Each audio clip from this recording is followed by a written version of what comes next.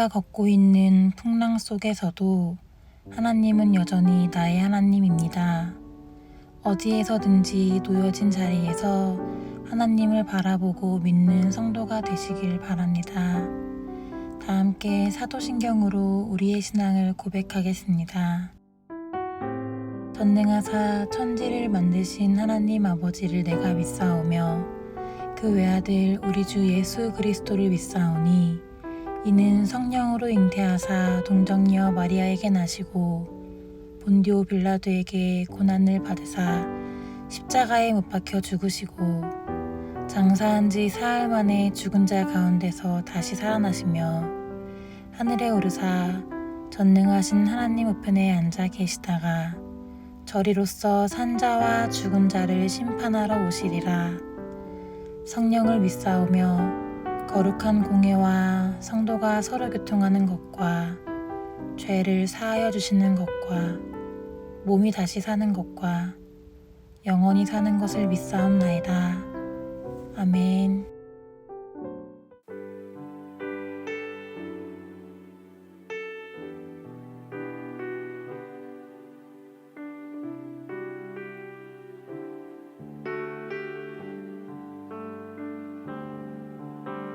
주 나의 모습 보네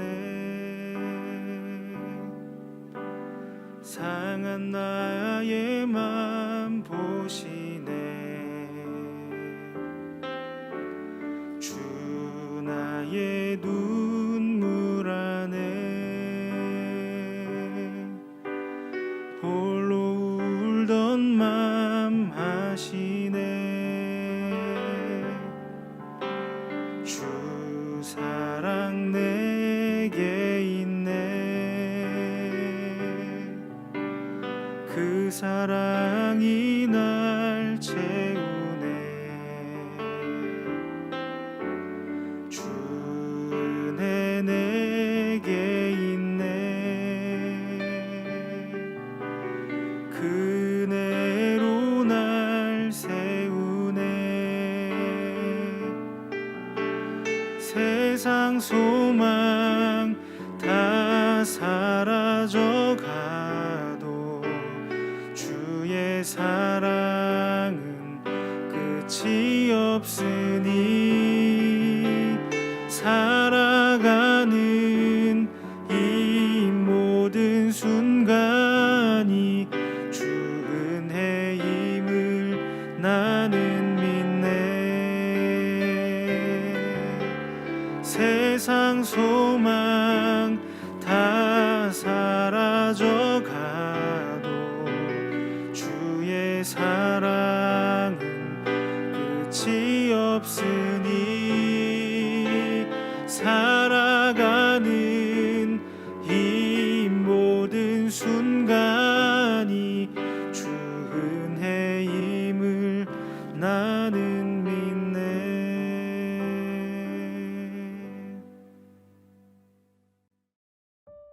오늘 우리가 함께 나눌 말씀은 예레미야 37장 1절부터 5절입니다.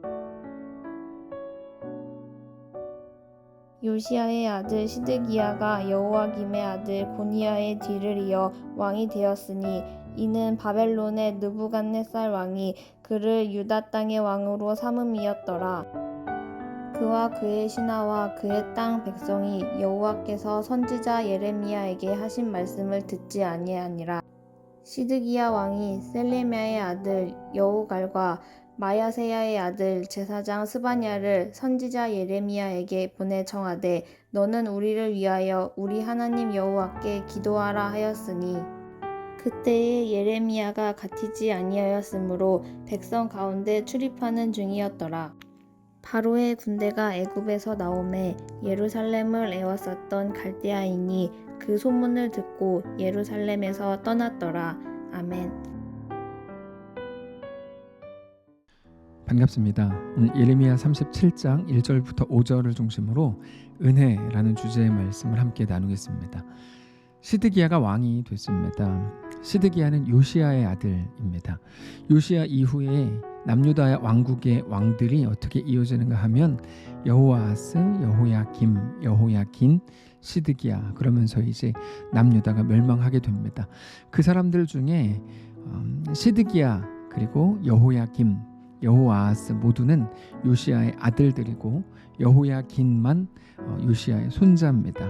그런데 여호야긴이 왕으로 있을 때 바벨론의 왕이 여호야긴을 폐위시키고 시드기야를 왕으로 세웠습니다. 1절입니다. 요시야의 아들 시드기야가 여호야김의 아들 고니야의 뒤를 이어 왕이 되었으니 이는 바벨론의 느부갓네살 왕이 그를 유다 땅의 왕으로 삼음이었더라. 시드기야는 유다의 마지막 왕이었기 때문에 우리가 볼 때 시드기야가 왕이 됐다는 것은 이제 그 나라가 망할 때가 되었다는 것을 의미합니다.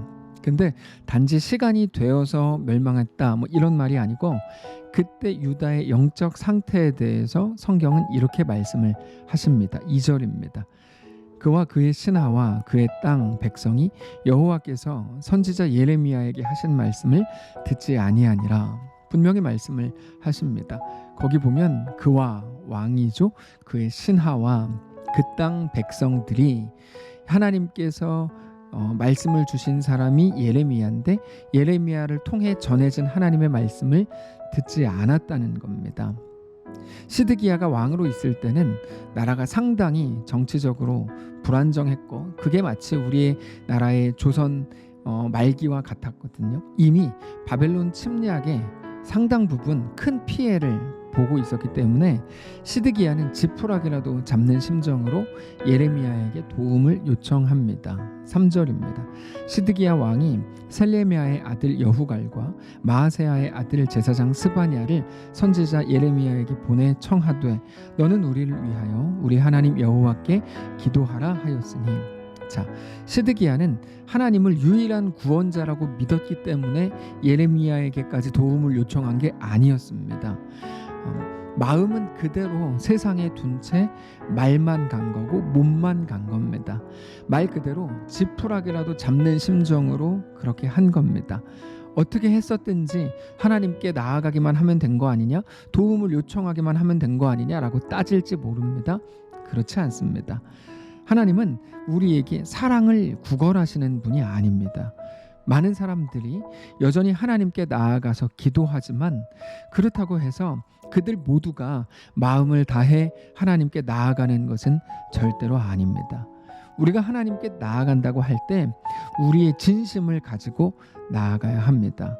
하나님께서는 언제나 우리의 전부를 받으시려고 하시기 때문입니다. 당장 오늘 본문에서 2절과 3절이 너무나 반대되는 진술입니다.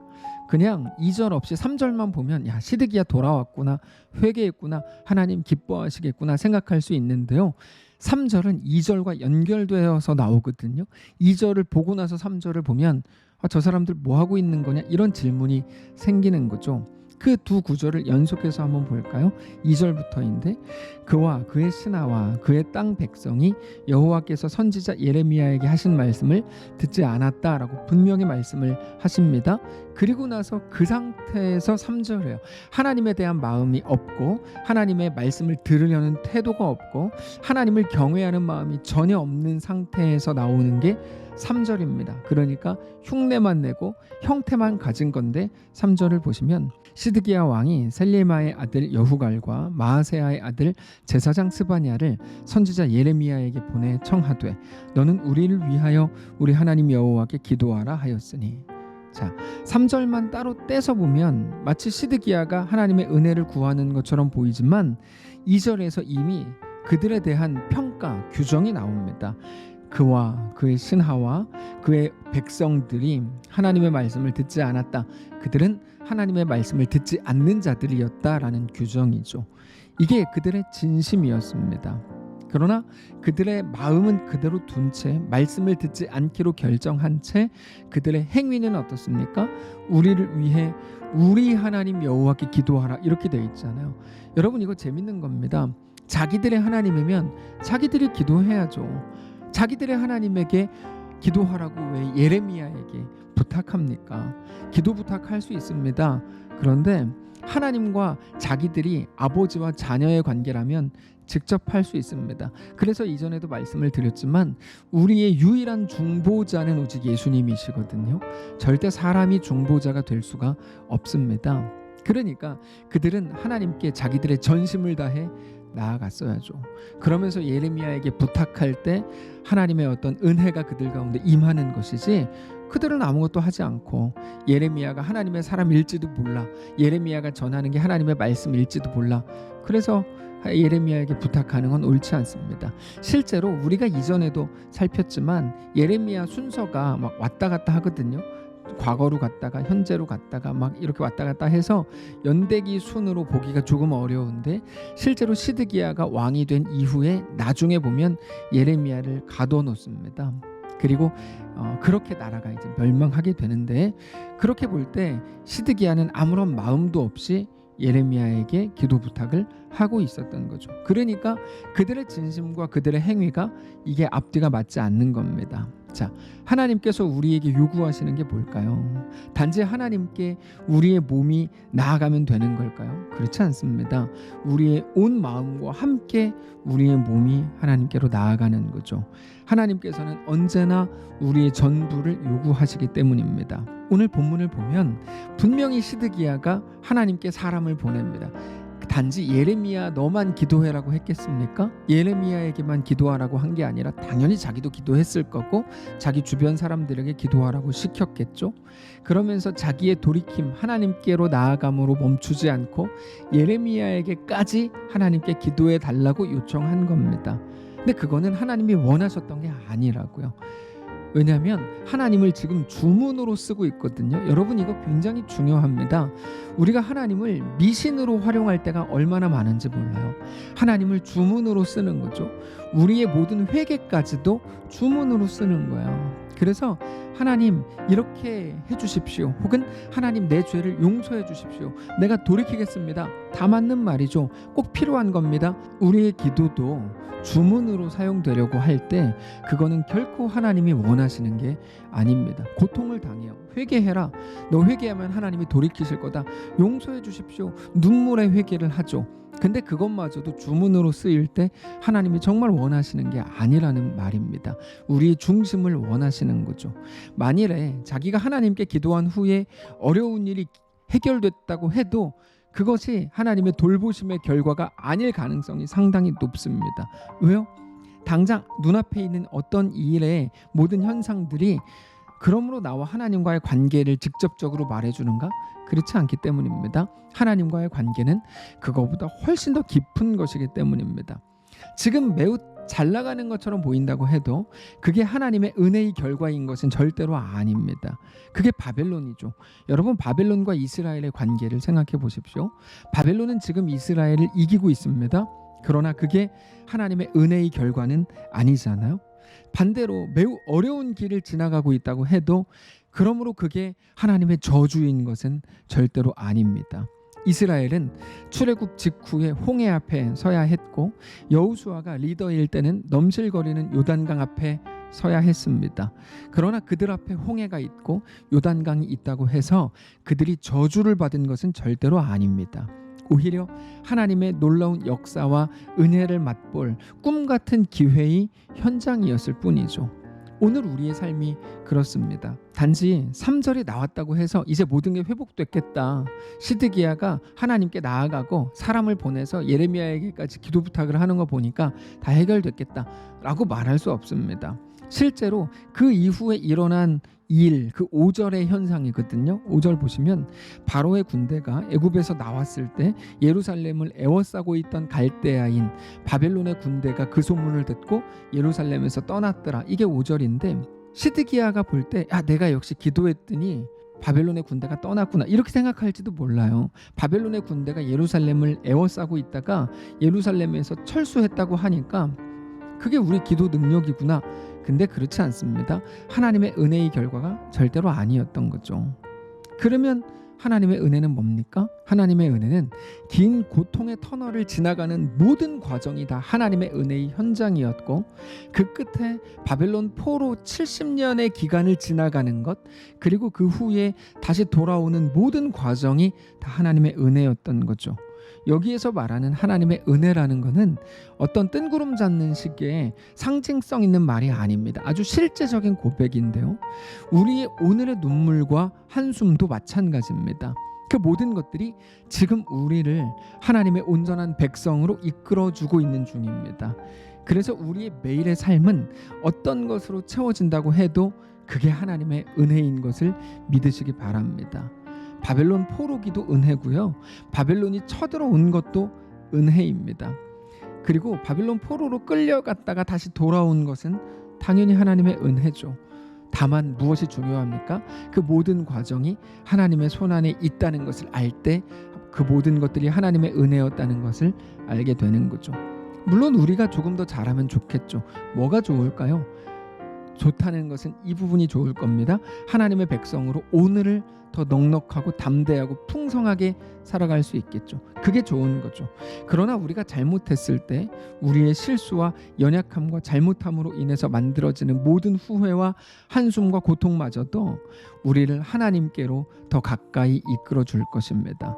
그래서 우리가 예수 안에 거하게 된 이상 우리의 삶의 모든 과정은 다 하나님의 은혜인 것을 믿으시기 바랍니다. 사랑하는 성도 여러분, 다만 오늘 본문이 우리에게 말씀하시려는 그 음성을 잘 듣게 되시기를 바랍니다. 우리는 우리 앞에 일어나는 모든 일들에 의해 생겨나는 오늘의 감정에 따라서 은혜인지 저주인지를 구분하려고 합니다. 그러나 하나님은 우리를 그렇게 가볍게 대하시지 않습니다. 하나님은 매 순간 우리의 전부를 요구하십니다. 그냥 흉내내는 것으로 안 됩니다. 하나님은 우상이 아닙니다. 미신이 아닙니다. 우리에게 속지 않으십니다. 그럴듯한 주문을 외친다고 해서 잘못했습니다, 돌이키겠습니다, 혹은 눈물 이런 것들로 그럴듯한 모양으로 나아간다고 해서 절대로 속지 않으십니다. 하나님은 우리의 전부를 얻으실 것이기 때문입니다. 우리의 눈물과 아픔과 한숨을 통해서라도 우리를 얻으실 작정이고 그게 우리에게 허락된 가장 큰 은혜입니다. 그러므로 성도 여러분, 오늘 우리 삶 전체를 하나님께 온전히 내어드리는 귀한 오늘의 삶이시기를 바랍니다. 기도하겠습니다. 살아계신 하나님 감사합니다. 오늘 우리에게 허락된 이 삶을 더 풍성하게 살기를 원합니다. 단지 몇 가지 방법으로, 몇 가지 주문으로, 몇 가지 언어로 하나님을 움직여 보려고 했던 간사함들을 버리게 하시고 우리의 전 인격을, 전 중심을, 우리의 전부를 주님께 내어드리는 온전한 하나님의 사람들이 되는 귀한 우리의 오늘 되도록 축복하시옵소서. 우리 주인 되신 살아계신 예수님의 이름으로 기도합니다. 아멘. 사랑하는 성도 여러분, 하나님께서 오늘 하루를 우리에게 허락하셨습니다. 믿음을 가지고 우리에게 허락된 모든 순간들을 넉넉히 살게 되시기를 바라고 그렇게 주님과 함께 믿음으로 동행하는 귀한 우리의 날들 되시기를 바랍니다.